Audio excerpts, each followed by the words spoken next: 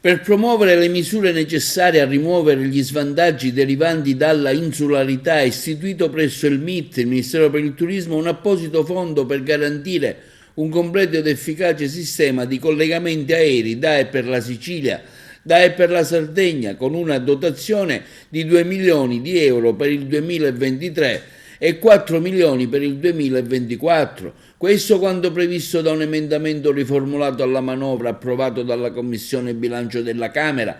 Le disposizioni si applicheranno ai cittadini residenti nelle regioni della Sicilia e della Sardegna. La dotazione del fondo è stata corretta poi rispetto a quanto scritto nell'emendamento. Si tratta di 5 milioni per il 2023 e 15 milioni nel 2024. Si tratta di una realtà solo di un piccolo sforzo che viene legato alla condizione di insularità inserito ormai in Costituzione. Da comprendere resta l'uso che ne verrà fatto di questo fondo e soprattutto l'efficacia nel contenimento dei costi del trasporto aereo da e per le isole.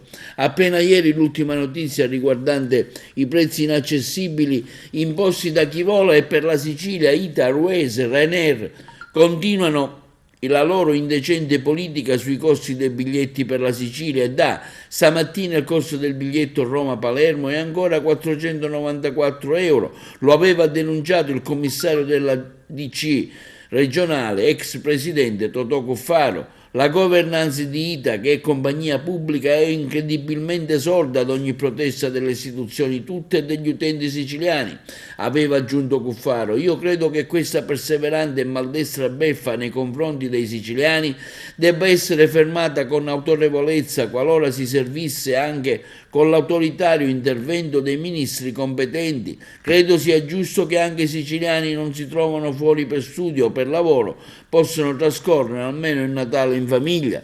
E in materia interviene anche il presidente della regione Schifani affermando come è un fatto inaccettabile e scandaloso. Continueremo la nostra battaglia fino in fondo, non faremo sconti a nessuno, così come lavoreremo per privatizzare gli aeroporti, più vettori e più efficienza nell'interesse dei cittadini. Sul caro voli, un fatto inaccettabile e scandaloso, continueremo la nostra battaglia sino in fondo, non faremo sconti a nessuno, così come lavoreremo per privatizzare gli aeroporti, più vettori e più efficienza nell'interesse dei cittadini.